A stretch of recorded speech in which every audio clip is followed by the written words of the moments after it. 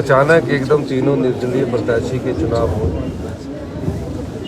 Bharatiya Janata party ने तुरंत प्रभाव से तीनों चुनाव घोषित करवाए और मुझे खुशी है कि हिमाचल की जनता ने जनबल का साथ दिया और धनबल की पराजय हुई। देहरा विधानसभा क्षेत्र से 25 साल से हम कांग्रेस पार्टी वहाँ चुनाव नहीं जीत पा रही थी। पार्टी प्रत्याशी ने कमलेश ठाकुर को वहाँ से टिकट दिया और हाई कमांड ने जो सर्वे करवाया उसके आधार पर वो टिकट दिया गया, वह हमारी जीत हुई है। नालागढ़ में आज़ाद प्रत्याशी थे और वहाँ भी हमारी अभी अंतिम काउंटिंग का दौर चल रहा है, वहाँ भी हमारी जीत सुनिश्चित है। हमीरपुर विधानसभा क्षेत्र में जो अंतिम अभी परिणाम में हम थोड़े पिछड़े हुए हैं, तो हम कह सकते हैं निश्चित तौर पर कि कांग्रेस पार्टी की जो 11 दिसंबर 2022 को सरकार बनी थी, उस समय 40 सीटें थी।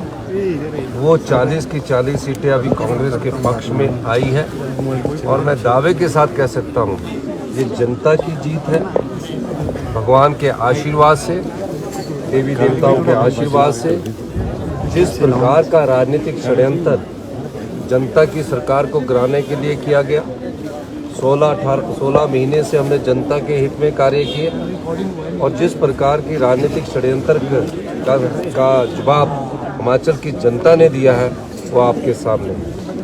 निश्चित तौर पर ये लोकतंत्र होता है, इसमें मतदाता वोट डालकर अपनी भावनाओं का प्रकट करता है और मतदाताओं ने अपनी भावनाओं का प्रकट किया।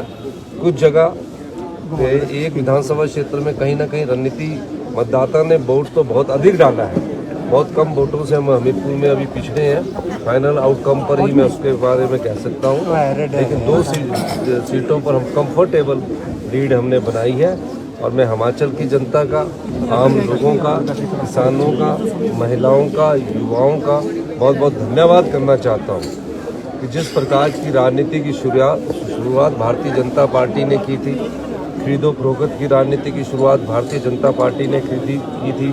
28 फरवरी से जो प्रदेश में अनिश्चितता का माहौल चल रहा था और पूर्व मुख्यमंत्री जयराम ठाकुर जी बार बार कह रहे थे कि 4 जून को 2 सरकारें बनेंगी और अभी भी जनता को ठग रहे थे कि हम तीनों सीटें जीतने के बाद दोबारा से सरकार बनाएंगे। तो मैं ये कहना चाहता हूँ कि जनता के जनादेश को स्वीकार करके आपको ये स्वीकार करना चाहिए कि जनता ने आपकी बात को ठुकराया। सर, ये हिमाचल की राजनीति के लिए तो बीजेपी को एक जवाब था, लेकिन आपको लगता है राष्ट्रीय स्तर के ऊपर भी 13 सीटों के ऊपर चुनाव हो रहे हैं, जो इंडिया गठबंधन है उसको 6 के करीब जो है वो सीटें मिल रही हैं, लेकिन हिमाचल का संदेश आपको लगता है नेशनल पर्सपेक्टिव में भी इम्पोर्टेंट है, क्योंकि यहाँ सरकार गिराने की सरकार को गिराने। देखिए, हिमाचल के संदर्भ में जनता के वोट से हम 40 विधायक चुनकर आए और नोट के दम से हमारी सत्ता को गिराने की कोशिश की गई। 28 फरवरी को इस बारे में पहला षड्यंत्र रचा गया और विचित्र बात यह है कि 1 महीना तक ये 9 के 9 विधानसभा क्षेत्र में अपने गए नहीं, हिमाचल की सीमा के बाहर आए नहीं। 1 महीना हिमाचल की सीमा के बाहर बैठकर ये पूर्व विधायक जो थे वो सरकार गिराने का षड्यंत्र रच रहे थे। और दूसरी बात, इन 3 निर्दलीय विधायकों को इस्तीफा देने की जरूरत क्या थी? अगर हम काम नहीं कर रहे थे तो वैसे भी वो भारतीय जनता पार्टी के साथ बैठ सकते थे। तो इन निर्दलीय विधायकों पर किस चीज़ का दबाव था? ये सब जनता ने इसका जवाब दिया और करारा जवाब दिया है। तो मैं हिमाचल की जनता का, सभी लोगों का, आप पत्रकार बंधुओं का भी धन्यवाद करना चाहता हूँ जिन्होंने राजनीति की शुचिता को बनाए रखने के लिए और स्वच्छता को बनाए रखने के लिए अपना महत्वपूर्ण योगदान दिया।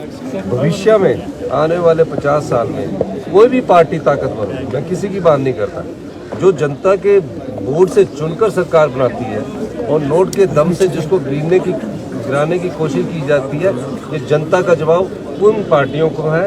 और भविष्य में मेरा मानना है कि आने वाले समय में ऐसा हिमाचल की राजनीति में नहीं होगा और हिंदुस्तान की राजनीति के लिए भी ये एक सबक के तौर पर देखा जा रहा है। सर 2 सीटों पर शानदार जीत हुई है, हमीरपुर में कहाँ कमी रह गई?